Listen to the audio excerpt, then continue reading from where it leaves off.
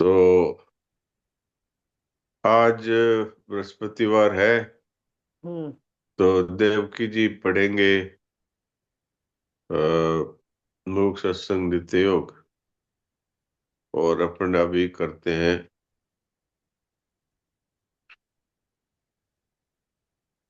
गीता जी का शुद्ध पाठ।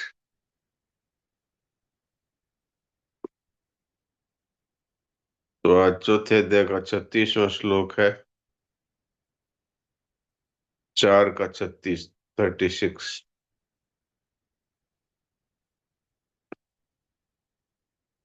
अपि चेदसि पापेभ्यः सर्वेभ्यः पापकृत्तमः सर्वं ज्ञानप्लवेनैव वृजिनं सन्तरिष्यसि। अपि चेदसि पापेभ्यः सर्वेभ्यः पापकृत्तमः सर्वं ज्ञानप्लवेनैव वृजिनं सन्तरिष्यसि। भगवान कहते हैं, हे अर्जुन, अगर तू सब पापियों से भी अधिक पापी है तो भी तू ज्ञान रूपी नौका के द्वारा निसंदेह पाप समुद्र से अच्छी तरह तर जाएगा। संसार मात्र में जितने पापी हैं उन सब पापियों में से भी जो सबसे अधिक पापी है, ऐसे महापापी को भी ज्ञान प्राप्त हो सकता है। इसलिए किसी भी मनुष्य को अपने कल्याण के विषय में निराश नहीं होना चाहिए। मनुष्य मात्र ज्ञान प्राप्ति का अधिकारी है। ज्ञान की प्राप्ति में पाप बाधक नहीं है, परंतु तो नाशवान की कामना ही बाधक है।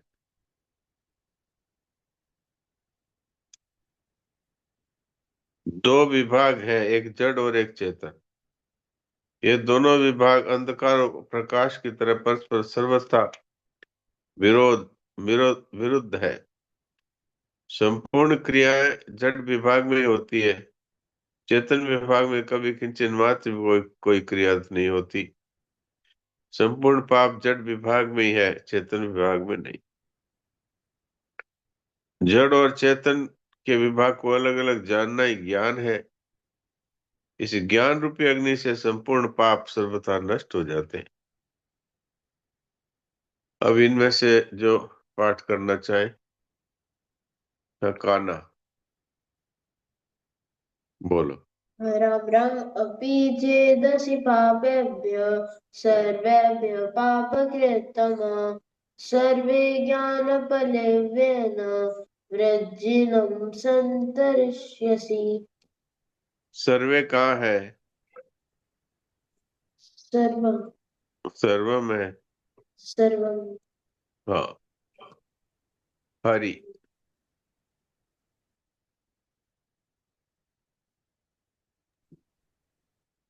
बोलो। अपि चेदसि पापेभ्यः सर्वेभ्यः पापकृत्तमः सर्वं ज्ञानफलेन वृज्जिनं सन्तरिष्यसि। ये पलवे नेव नहीं है। पै तो आधा है, तो पल कैसे बोलेंगे? सर्वं ज्ञान प्लवई नहीं, प्लवे नहीं व। प्लवेनैव हाँ, सर्वं ज्ञान प्लवे नहीं व। सर्वं ज्ञानप्लवेनैव। हाँ, अब ठीक।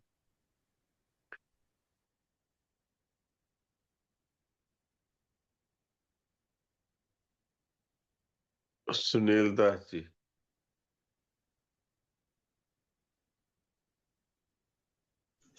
हाँ महाराज जी, राम राम। राम राम।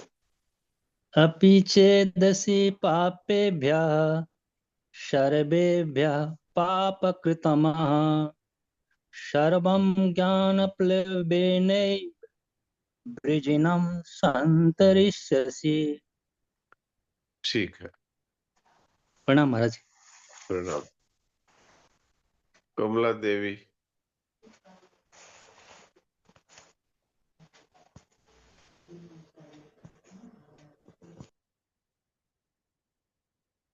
कमला देवी, आप अपना माइक नहीं खोल सकते? कोई दिक्कत है? ठीक है, सुलोचना देवी।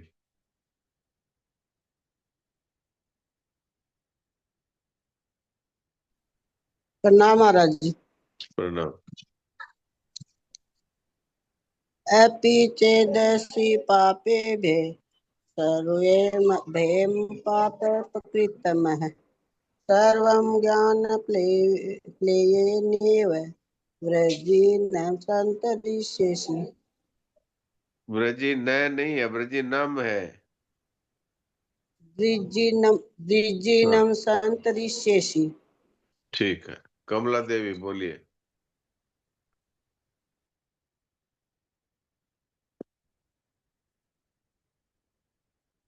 कमला देवी एक बार माइक खोला था, फिर बंद हो गया।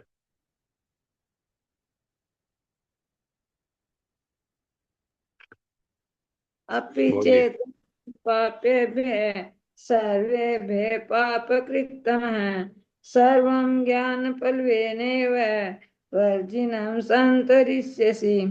ये वर्जिनम नहीं है, ब्रिजिनम है। वर्जिनम नहीं है, वर्जिनं सन्तरिष्यसि। वर्जिनम नहीं है, ब्रिजिनम। वृजिनं सन्तरिष्यसि। हाँ, ठीक।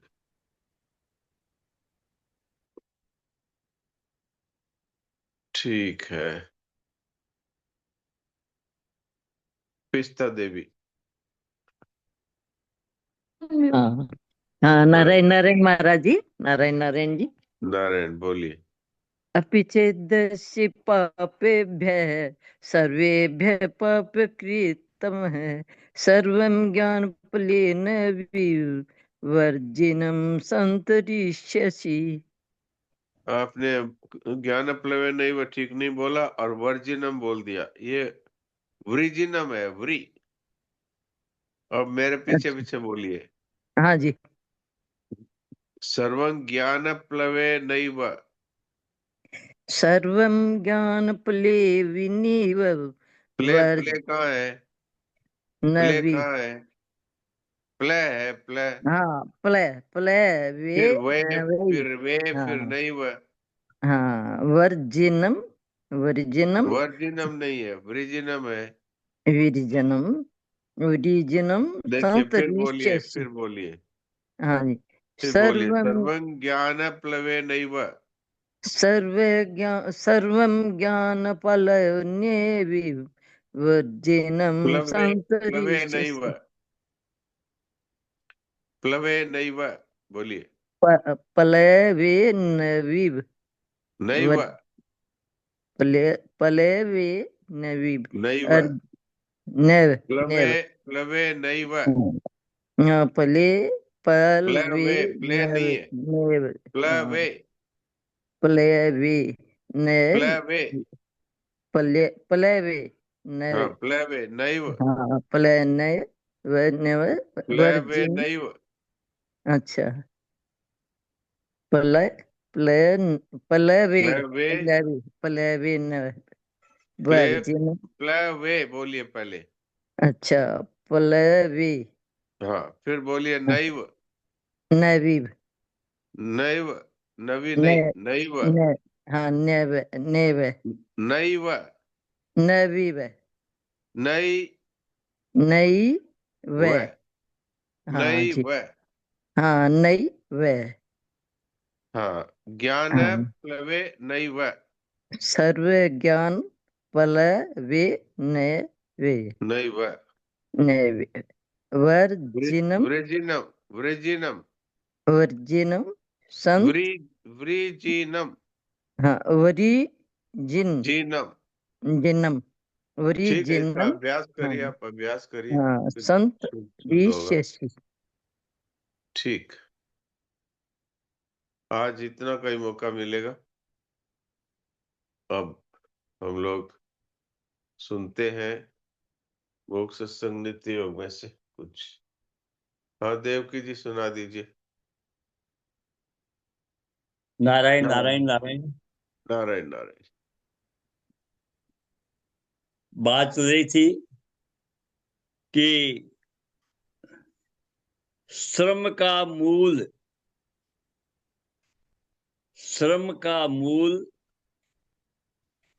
पराधीनता में जीवन बुद्धि के अतिरिक्त और कुछ नहीं है। हाँ, ये वाक्य आप पहले समझ लीजिए। श्रम का मूल पराधीनता के सिवाय कुछ नहीं है। अब आप बताइए कि जब तक मनुष्य पराधीन रहता है तब तक क्या उसका जीवन सुखमय होगा? पराधीन सपने हाँ, पराधीन सपने सुख नहीं। तो जब मनुष्य पराधीन रहता है तो वो एक तो श्रम ये करता है कि कैसे पराधीनता से छूटे, और एक श्रम ये होता है कि पराधीन व्यक्ति है, उसको समझ में ही नहीं आता मैं क्या करूं, तो वो कभी उल्टा करता है, कभी सीधा करता है, उल्टे काम भी करता है और कभी सीधे काम भी करता है। पराधीनता का मूल क्या है ये विचार करना चाहिए। पराधीनता का मूल है कामना। जब मनुष्य के कामना हावी हो जाती है तब वो पराधीन हो जाता है। जैसे उसके मन में ये आ जाए कि धन कमाऊं खूब, तो अब वो धन कमाने के लिए किसी की नौकरी करेगा तो उसके अधीन हो गया। अगर कहीं चोरी करेगा तो वो पुलिस के अधीन हो गया। अगर वो मेहनत करके और पैसा कमाना चाहेगा और पैसा नहीं आएगा तो वो संसार के अधीन होकर के दुखी हो गया। तो जो कामना से भरा हुआ है वो कभी स्वाधीन नहीं हो सकता, वो पराधीन होता है। और चाह गई चिंता मिटी मनवा बेपरवाह, जिसके कछु नहीं चाहिए सो तो सहानपति शाह, वो राजाओं का राजा है। तो राजाओं का राजा कौन हो सकता है? सब हो सकते हैं, सब। कामना पूर्ति में हम सब के सब पराधीन है। कामना पूर्ति हमारे चाहने से नहीं होती, वो तो अगर हमारे कर्मों के अनुसार प्रारब्ध में है तो हो जाएगी और नहीं है तो नहीं होगी। ऐसा देखा गया है कि एक व्यापार में घाटा लगा, दूसरा किया, दूसरे में भी घाटा लगा, तीसरा किया। कितनी कोशिश करता है कि धन कमा लूं, लेकिन घाटा ही लगता जाता है। तो अगर हमारे इच्छा करने से धन मिल गया होता, कामना करने से धन मिल गया होता, तो फिर इच्छा ही करते, इच्छा करने से मिल जाता। लेकिन इच्छा करने से तो मिलता है दुख, इच्छा करने से मिलता है पराधीनता, इच्छा करने से मिलता है पाप, इच्छा करने से मिलता है क्रोध। इसलिए वास्तव में अगर हमको श्रम रहित होना है तो इच्छा का त्याग करना पड़ेगा, और इच्छा का त्याग करते ही हम स्वाधीन हो जाएंगे। और जो स्वाधीन होता है वो श्रम रहित होता है। जो पराधीन होता है वो कभी श्रम नहीं होता। आपके घर में आप एक मजदूर को लाते हैं कि भाई ये काम करना है, अब सुबह से शाम तक उसको काम ही करना है। अगर वो बैठ जाएगा तो आप क्या कहेंगे कि उठ भाई काम कर। अर्थात पराधीन उसको श्रमित होना ही पड़ेगा, क्योंकि अब वो आपके अधीन है। आपने कह दिया ठीक है सुबह से शाम तक मैं तुम्हें मजदूरी दूंगा, तो अब वो आपके अधीन हो गया। तो धन की कामना के कारण ही तो अधीन हुआ, या फिर शरीर निर्वाह की कामना के कारण पराधीन हुआ। तो जब तक मनुष्य में इच्छा रहेगी, कामना रहेगी, तब तक वो कभी स्वाधीन नहीं हो सकता। और जो स्वाधीन नहीं हो सकता वो बिना परिश्रम के नहीं रह सकता, उसको तो परिश्रम करना ही पड़ेगा। तो इसलिए ये बात शरणाजी महाराज कह रहे हैं कि पराधीनता है वो श्रम की जननी है, और पराधीनता से छूटने का उपाय सीधा सा है, मुझे कुछ नहीं चाहिए। आप कहेंगे कि ऐसा बोलने से हो जाएगा? नहीं, बोलने से नहीं होगा, ये हमारे जीवन में आना चाहिए। आपको ये ध्यान रहे कि पराधीन अर्थात कामना रहित, यानी कामना रहित होगा वही स्वाधीन होगा। पराधीन का मतलब है वो कामना रखने वाला है। तो यह कामना छोड़ने की बात कही गई है, कर्तव्य छोड़ने की बात नहीं कही है। कोई इसको कंफ्यूज नहीं करे। आपको काम तो अपना करना है, जो जरूरी कार्य है वो करना है, गैर जरूरी है वो नहीं करना है, अर्थात कर्तव्य को करना है, लेकिन कामना नहीं रखनी है। कर्मण्येवाधिकारस्ते मा फलेषु कदाचन। तो कर्तव्य की दृष्टि से कार्य करना है, लेकिन कामना किसी प्रकार की नहीं करनी है। तब हम श्रम रहित हो सकते हैं। क्यों? कामना नहीं होगी तो पराधीन नहीं होंगे, और पराधीन नहीं होंगे तो श्रम रहित हो सकते हैं, अर्थात विश्राम मिल सकता है। हाँ जी, आगे। तो श्रम में भी तो पराधीनता ही है। हाँ, श्रम में पराधीनता है, इसीलिए तो कहा है कि जो पराधीन रहेगा वो श्रम रहित नहीं हो सकता, उसको विश्राम नहीं मिल सकता। और पराधीन कौन होगा? कि जो कामना रखेगा वो पराधीन होगा। अच्छा, दो हाथ उठे हैं, एक सुरेश जी का उठा है और एक ज्योति अग्रवाल का। तो पहले सुरेश जी आप बोल दीजिए, मैं आपको अनम्यूट करता हूँ। हाँ, बोलिए। राम राम महाराज जी। राम राम। महाराज जी, जैसे आवश्यकता भी कामना है क्या? जैसे मान लो भूख लग रही है, हाँ, तो उसकी पूर्ति के लिए तो श्रम तो करना ही पड़ेगा। श्रम के लिए कहाँ मना किया? मैंने पहले ही कह दिया था कि श्रम जरूर करिए, पर श्रम करने से आपको रोटी मिल ही जाएगी, ये आपके हाथ में नहीं है। ये बात सही है। श्रम करना आपके हाथ में है। श्रम करने से आपको धन मिल ही जाएगा, ये आपके हाथ में नहीं है। श्रम करना नहीं, है आपको। मेरा सवाल महाराज जी ये है कि जैसे कामना नहीं रखनी है ना? हाँ हाँ, तो कामना तो जो जो ये भोजन निर्वाह की तो आवश्यकता होती है ना, इसको तो कामना नहीं बोलते ना? निर्वाह की आवश्यकता को भी कामना कहते हैं। इसका नाम है स्पृहा। स्प्रिया। भगवान ने गीता जी में स्पृहा का भी त्याग करने की हाँ। बात कही है, क्योंकि ये भी कामना का एक सूक्ष्म रूप है। मुझे आप अच्छा, बताइए कि निर्वाह है उसकी व्यवस्था पहले से की गई है या नहीं की गई, ये बता दीजिए। शास्त्र और संत तो कहते हैं कि पहले से की गई है। प्रारब्ध पहले रचा पीछे रचा शरीर, हाँ। तुलसी चिंता क्यों करे भजले श्री रघुवीर। तो भगवान ने कहा है विहाय कामान ये सर्वान पुमा शर्ति निष्प्रिय। सब तरह की कामनाओं का त्याग कर दो, फिर भी स्पृहा तो रह ही जाती है ना, कि भाई हाँ, हमें महल नहीं मिले तो क्या है, एक झोपड़ी तो होनी झोंपड़ी चाहिए, से। छत तो हाँ। होनी चाहिए।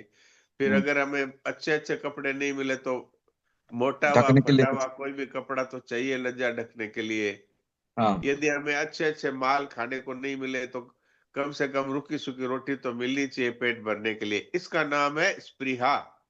ये ठीक है। निर्वाह की कामना है ना, इसका हाँ, उसको। भगवान ने त्याग करने की बात कही है। क्यों? कि दादू जी एक संत हुए, उन्होंने कहा है दादू दुनिया बावड़ी सोच करे सो गेली, राम जी तो रोटी देसी दोपहर से पहली। हाँ, अजगर करे न चाकरी पंछी करे न काम, दास मल्लुका कह गए सबके दाता राम।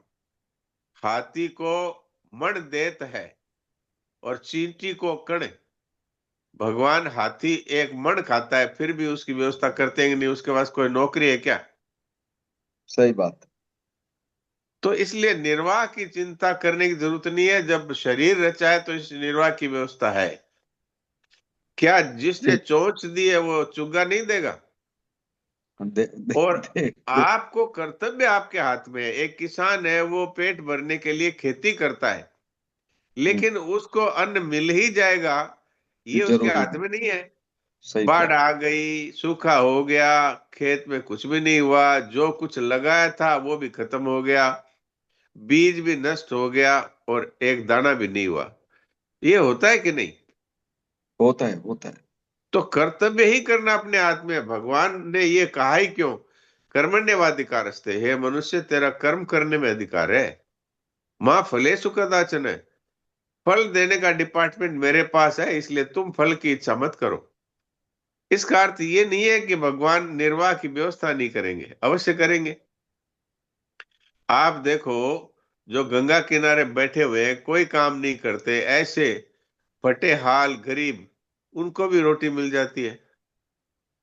जो बिल्कुल मांगते नहीं, उनकी व्यवस्था होती है। सही बात। स्वामी जी महाराज कभी नहीं मांगते थे कुछ भी, उनकी व्यवस्था होती थी। इसलिए चींटी से लेकर हाथी तक सबकी व्यवस्था भगवान के पास है। आप स्पृहा छोड़ देंगे तो इतना मिलेगा कि आप संभाल नहीं पाएंगे। पर इस तरह का मन में विश्वास होना चाहिए। जी, राम राम कर्तव्य महाराज। करिए, कर्तव्य करिए। इसका अर्थ ये भी नहीं है कि आप नौकरी करें और तनख्वाह न लें, ये अर्थ नहीं इसका। आप हम्म नौकरी करिए, अपने आप आपकी पेट भराई होएगी, हम्म। भगवान करेंगे। एक व्यक्ति एक पहुंचा किसी कंपनी में, और कंपनी के डायरेक्टर से जाकर कहा, महाराज मैं भूखा हूं, परेशान हूं, काम चाहता हूं। तो उन्होंने कहा, भाई हमारे पास तो नौकरी है नहीं अभी। हाँ, फिर भी एक साधारण नौकरी है, तो उसके लिए आपको हम 500 रुपया महीना दे सकते हैं। उसने कहा, मैंने रुपया तो मांगा ही नहीं, मैंने तो वाह। काम मांगा है। हम्म वही व्यक्ति उनके यहाँ पर मैनेजर हो गया कुछ साल के बाद, हम्म। और 50,000 रुपया महीना पाता है। बात क्या है? बात यह है कि आप ईमानदारी से कर्तव्य का पालन करिए, फल की चिंता छोड़ करके, और फल अवश्य मिलेगा। एक डॉक्टर है, वो इसलिए डॉक्टर बनता है कि रुपया कमाऊंगा बहुत, और फिर बंगला होगा, गाड़ी होगी, नौकर चाकर होंगे, खूब सारा मैं संग्रह करूंगा, खूब भोग भोगूंगा। और सही। एक डॉक्टर इसलिए बनता है कि भाई मुझे लोगों का कष्ट दूर करना है, रोग दूर करना है। तो आप बताइए, जो कष्ट दूर कर रहा है, रोग दूर कर रहा है, क्या उसको तनख्वाह नहीं मिलेगी? क्या जरूर उसकी पेट मिलेगी, भराई नहीं होगी?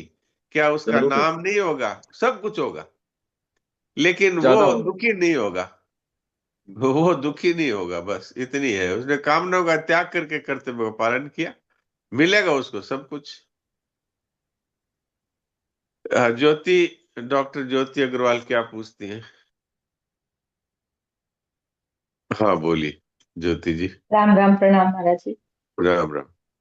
जैसे कोई भी यंग पेशेंट है या बीमार पेशेंट है, किसी रीजन से वो बेड पे आ गया, बेड पे ही सुसु पोटी सब कर रहा है। अब हाँ उसने उसका तो कोई भी कामना नहीं है, मतलब ये उसका हाँ हाँ प्रारब्धवश उसको जो भी हुआ।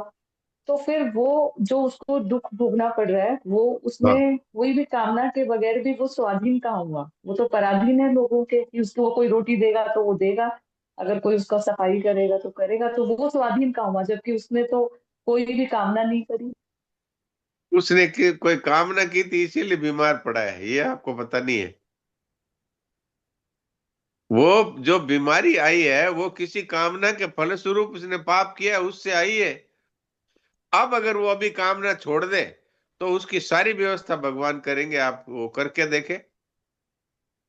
और महाराज जी, एक मेरे को आपसे पर्सनली यही पूछना है कि मुझे इसी चीज से डर लगता है कि मुझे बेड पे नहीं जाना अपने अंतिम क्षणों पे, मतलब मैं किसी से अपनी हाँ इस तरह की वो ना हो, तो मैं तो उसके लिए क्या करूं? मतलब मेरे को पूरे टाइम डर लगा रहता है कि मुझे बेड पे नहीं आना, मतलब वो देख देख के देखिए, मेरा दिमाग खराब होता रहता है। हाँ देखिए, अब वो मैं मैं आपको एक्सेप्ट नहीं बताता कर हूँ। सकती कि मेरा प्रारब्ध है और मैं वो भोग रही हूँ, मुझसे तो वो बिल्कुल डर लगता है मुझे उस चीज का बहुत ज्यादा, कि अच्छा मैं तो किसी से पहले, सुसु पोटी नहीं कराऊं अपनी। इस अच्छा चीज का ये तो, डर है मुझे। नहीं ये तो आपकी एक, इसका एक पार्ट तो ठीक है।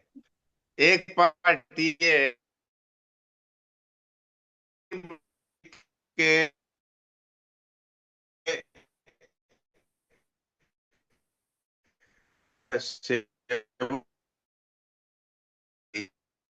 ये नहीं है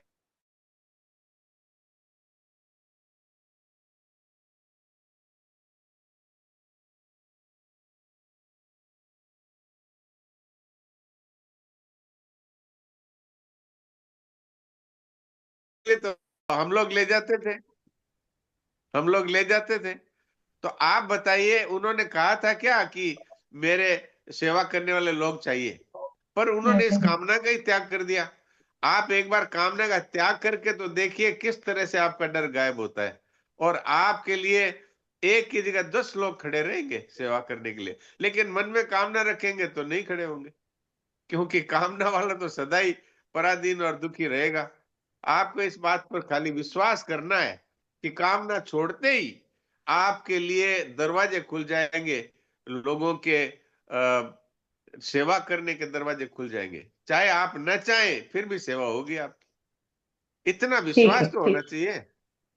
ठीक है, ठीक। भगवान ने गीता में ये आश्वासन दिया है, गीता में भगवान ने ये आश्वासन दिया है, जिसने कामना का त्याग कर दिया उसके लिए मैं खुद तैयार रहता हूं। खुद भगवान जगन्नाथपुरी में एक संत रहते थे, अभी मैं हाँ, नाम उनकी भूल रहा पोटी हूँ। वो लंगोटी धोते थे, हाँ लंगोटी हाँ, धोते थे भगवान खुद। भगवान वो किसी से सेवा नहीं करवाते, तो भगवान खुद आए और उनकी उनके लंगोटी धोते थे, उनके मल लगा हुआ शरीर साफ करते थे।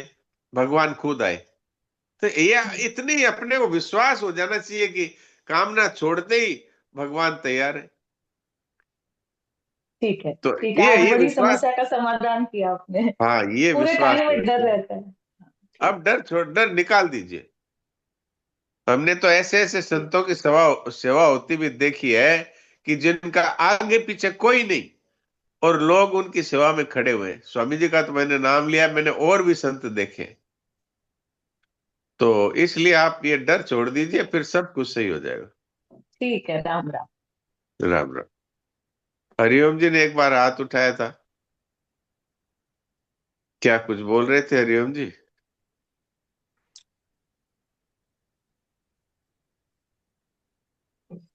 हाँ बोलिए, मैंने आपको अनम्यूट कर दिया है। हाँ, प्रणाम डॉक्टर साहब। हाँ जी प्रणाम। थोड़ा सा वाणी से सुनने में आता है पूज्य सेठ जी का, भाई जी का, स्वामी जी का। हाँ आप जी। तो चश्मदीद गवा रहे हैं। तो जी जीवन मुक्त महापुरुष की शरीर की गति देखने पे साधकों को, जैसे भी ज्योति बहन बोल रही है, ऐसे ही साधकों के हृदय में जब तक जीवन मुक्ति का अनुभव नहीं होता है तब तक जी। ये स्वाभाविक प्रकट होती रहती है। दूसरा हाँ चीज ये है कि मैं इसलिए हैंड रेज किया कि लगभग 6 ऐसे लोगों को हमने दर्शन किए हैं जी। जो 70 साल के बाद जहाँ कभी नहीं रहे, अंत में वहीं उनको आना पड़ा। अभी 4 दिन बाद एक ऐसे भाई बनारस में आए हैं जी। जो ऋषिकेश में 74 साल तक रहे, जी। स्वामी जी के साथ करीब 35-36 साल सानिध्य में रहे, जी। और इस समय वो अंतिम स्थिति है, अभी 2-4 साल, 1 साल 2 साल जो चले, अंत में हाँ बनारस आ गए, जबकि बनारस कभी नहीं रहे। तो जी। कहने का तात्पर्य है कि अंतिम समय में आदमी वहीं चला जाता है जहां कभी नहीं गया न चाहता था। जी। इसका जवाब थोड़ा सा चाहिए था। इसका जवाब सीधा सीधा ही है, जिसने कामनाओं का त्याग कर दिया भगवान उसके मुक्ति की व्यवस्था खुद ही कर देते हैं। कामनाओं का त्याग होना चाहिए, उसके बाद तो केदार खंड भगवान ही पहुंचा देते हैं। पर भाई कहाँ आप पहुंच जाएंगे ये आपके हाथ में थोड़ी है, ये तो ठाकुर के हाथ में है। आपके हाथ में तो कामना का त्याग है।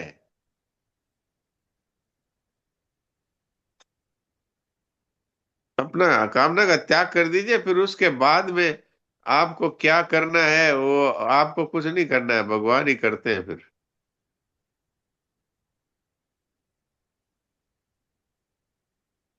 हाँ हरिओम जी। राम राम जी सर।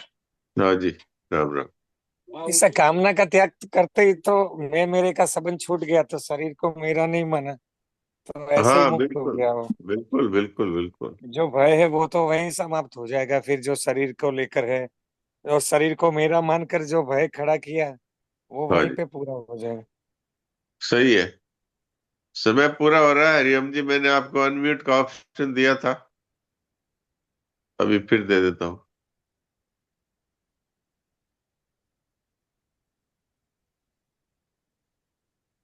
हाँ बोलिए। हाँ डॉक्टर साहब, 3 बजे वाले सत्र में इसको हम अच्छे ढंग से बात रखेंगे। हाँ ठीक है, ठीक, बहुत बढ़िया। थोड़ी देर के हम सभी लोग शांत हो जाएं और भोग सत्संग करें।